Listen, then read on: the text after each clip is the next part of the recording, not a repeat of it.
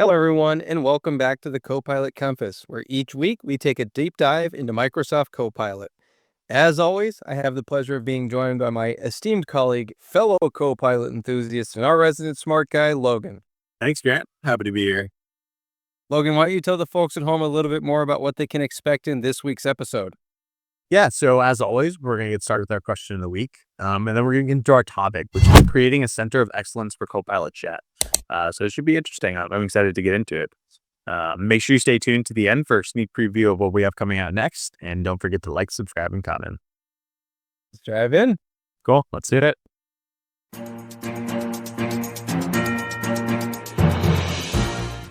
Okay, so let's get into our question of the week.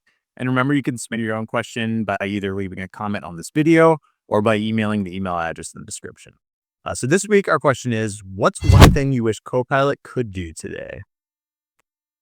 Yeah, that's a good one. One thing I wish Copilot could do today. Yeah, I think for me, and I almost don't know if I wish this is true or not, but I wish it could learn the way that I write and kind of the style in which I write. Like I don't, Copilot, not just Copilot, but any of the AI tools out there are going to use a lot of those like, dash lines and stuff like that in sentences. Like it kind of has its own style to it. And it's, you and I have been around this technology so much and working with our customers that you can tell when AI wrote it versus when, somebody else like a human wrote it. 'Cause every human has their own kind of style and leaves their own mark in the way that they write.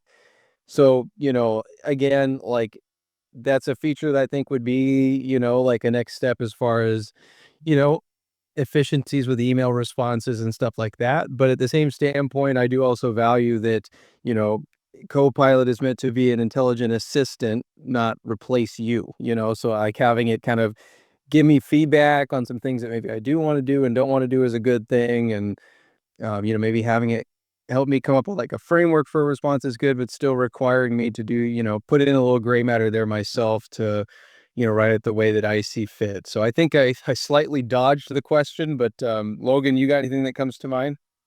Yeah, I got a pretty specific one. I Okay. kind of wish it had a better eye for design, especially in Yeah.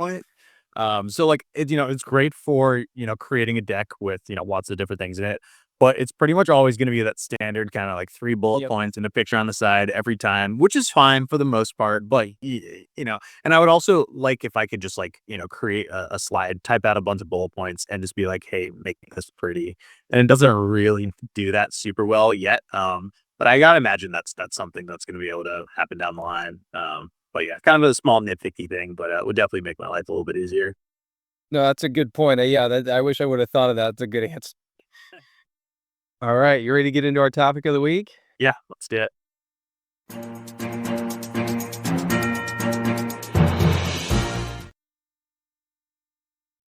All right, so this week we're going to talk to you about a center of excellence, specifically around Copilot Chat. Now, you could apply a lot of these principles to really any technology, and you've seen a lot of guidance from Microsoft on centers of excellence with other platforms or tools as well, like Power BI, Fabric, any of those other tech stacks under that Microsoft umbrella. Something similar here can be applicable. With Copilot Chat, what we're seeing is a lot more organizations realizing that even if they weren't, progressive with their AI journey initially, they're starting to recognize that, hey, we don't want to get left behind with this stuff. It's not going away. And one thing that we always recommend is, well, as a good first step, standardize your tool across Copilot Chat. Don't go use the other solutions that are out there. I won't throw any other companies under the bus, but if you're using those other tools, the free LLMs, your prompts are being used to train their models. So you ask it to, you know, build you something that's business sensitive, that's going to train those models. Whereas with Copilot Chat as an M365 customer, it's going to already come with that enterprise grade security. So a great first step is to say, all right, everybody, we're standardizing on Copilot Chat, and standing up a center of excellence around that is a good idea. Now, center of excellence is a common term to see. It's not always structured in the way that we're going to talk about today, or the way that, Microsoft intends it. You're going to see centers of excellence, which are really more like think tanks around a specific product or technology. So, again, some of you guys may be coming into this like, yeah, I know what a center of excellence is, and you're going to see some of the stuff we're going to talk about and be like, this isn't at all what I had in mind, and that's okay. So in the context of Copilot Chat, there are a lot of different ways that you can go about building a center of excellence, but the goal should always be consistent and the same. The first is to drive a good, consistent governance model and security practices. So making sure that, everybody knows the kind of what is ethical AI use at your organization, what isn't, what are some of those best practices, what you can and can't do. So the first one there again is security and governance. The second thing is to drive adoption and training, and those will be obviously related, but they're not the same thing. So this is a group that's internally within the company responsible for making sure that people know how to use Copilot Chat, that they are using it, they're answering questions, they're working with their peers to identify use cases. So those are kind of two of the big goals, I would say, from a center of excellence. Um, Now, what we're going to do from here today is we just got a single crow's nest for you. We're going to do something we very rarely do, which is we've got just a quick PowerPoint presentation with a few bullet points on it, just to kind of to keep myself organized as we work our way through this material. But we'll talk to you about a center of excellence and what are those first steps to get started with it to drive your Copilot Chat usage at your organization.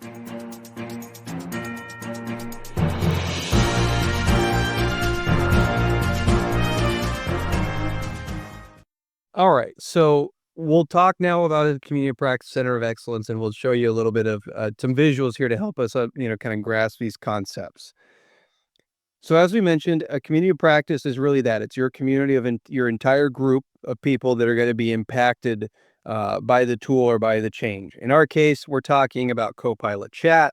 It's something that's available to anybody with an M365 subscription. So we're going to assume this is your entire company. They are supported by that center of excellence, and we'll show you a little bit about how. But really, again, that center of excellence, just to sort of rehash this, and we'll repeat it as we go here, but it's an important concept. Two things here: security and governance being number one. Number two, driving adoption through change management and training. So that center of excellence is, again, it's a centralized center of expertise that supports your community. It's going to be made up of those IT pros, your security and infrastructure folks, and then business unit level representation. So like within, different functions, departments of the organization should have at least some form of representation here. And they are going to be providing, especially like those business unit folks, they're going to be advising on use cases that make sense for that business unit. They're going to be helping to customize and tailor training and instructional material that is for consumption within that team. And then we're hoping in your case that they're going to be creating material for you. So they're going to kind of understand, okay, hey, there's a use case here for this particular prompt. And now I'm either going to take the ownership of training my folks on it or helping to create the visuals and diagrams, or the communication's going to go out around it. All right, so I think this is much easier to kind of visualize here. And what we've done for you is built out sort of our flavor of Microsoft's diagram of a community of practice, and then where that COE fits in. All right, so our community practice here, the community is this entire gray box that you're seeing on the right side of the screen here. Within that is this subset, that center of excellence. And they are the nucleus of that whole community. They are the ones that really drive things and make things happen. They're supporting the community with training. They're supporting it with instructional material. They're supporting it with communications that are trying to drive that adoption. And then another really important factor here that we didn't cover in the introductory pieces, analyzing adoption and pockets. They're trying to find what we call Swiss cheese of adoption, which is like little sections of the block of cheese that are not adopting to it, and then trying to figure out and strategize, okay, why do we have the hole in our cheese here? Is it resistance to it? Do they not know how to use it? What's the, the factor there? So again, measuring that adoption and creating plans to address concerns that come up there is another important piece of that COE.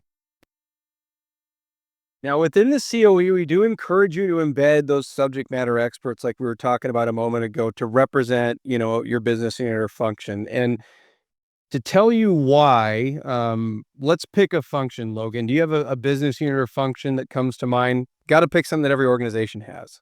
Yeah, sure. Let's do finance. Okay, finance. Yeah, good. All right. So your finance team. So you might be, if you have a COE that's like maybe some tech savvy folks, some folks in your IT, your communications teams in there. Maybe you've got a training or enablement team it's in there, and they're just trying to design offers that go out to everybody. It's going to be helpful for sure. You're going to see some increased utilization adoption. But where we really see value is AI solutions that solve a real business problem. Your COE does not understand what those real business problems are without representation from those real business teams. So you might have that finance person that comes in there and understands, okay, I have this process that my team goes through at the end of every month. There's a lot of manual work here. They've seen, previews of the training that's going to come out to the organization. So they recognize, hey, this is cool, but our team can actually do a little bit more by doing X, Y, and Z on top of it. And so this person can kind of be a part of that conversation and drive that within their group.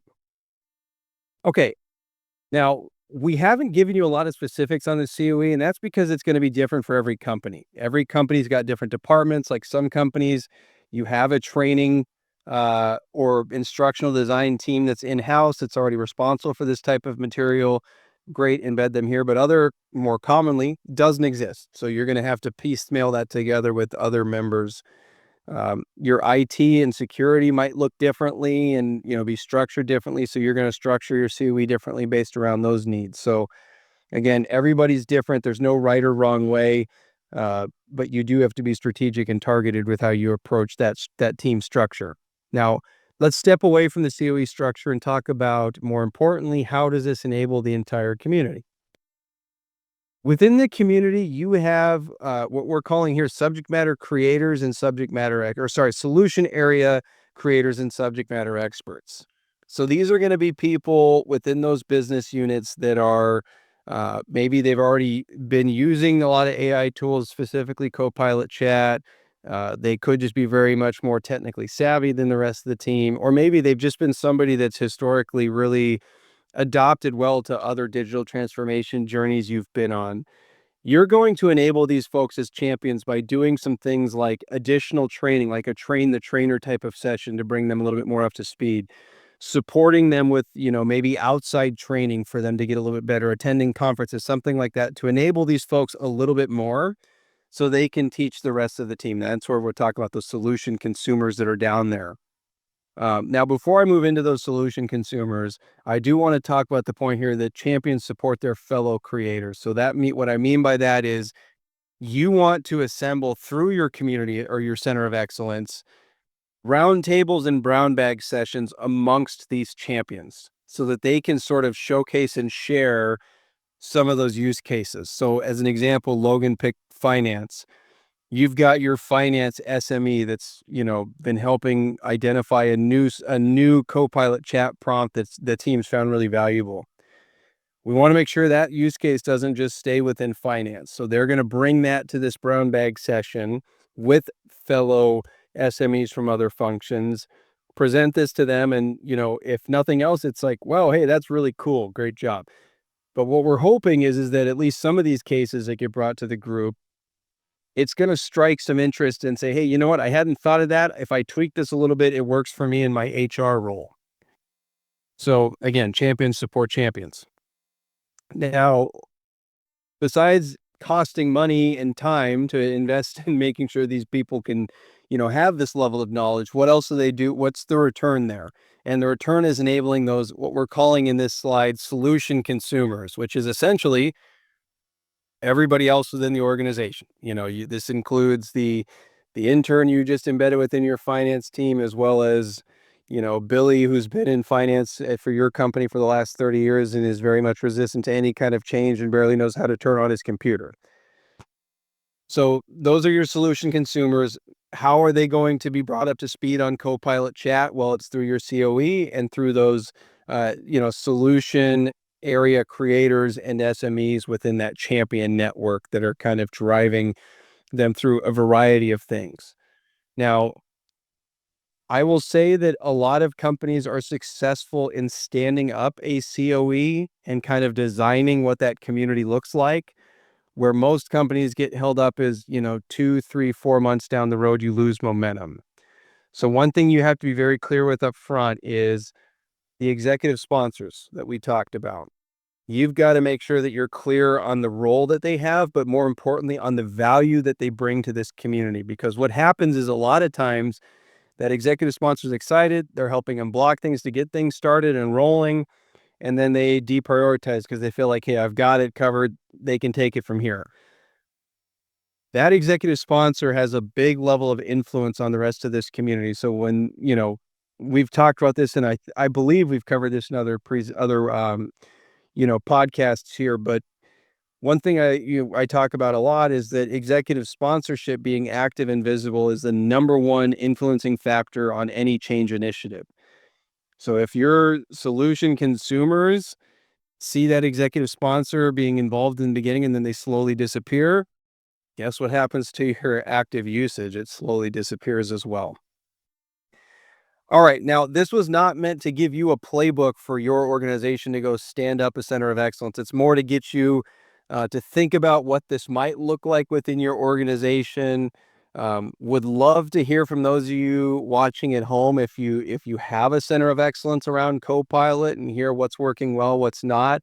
Please, give us a comment, reach out to us at the end of this episode and let us know what's working well for you and what's not. And those of you who don't have one in place, again, our goal here is that we hope that you got you thinking a little bit about what this looks like and starting to visualize what this might look like at your company.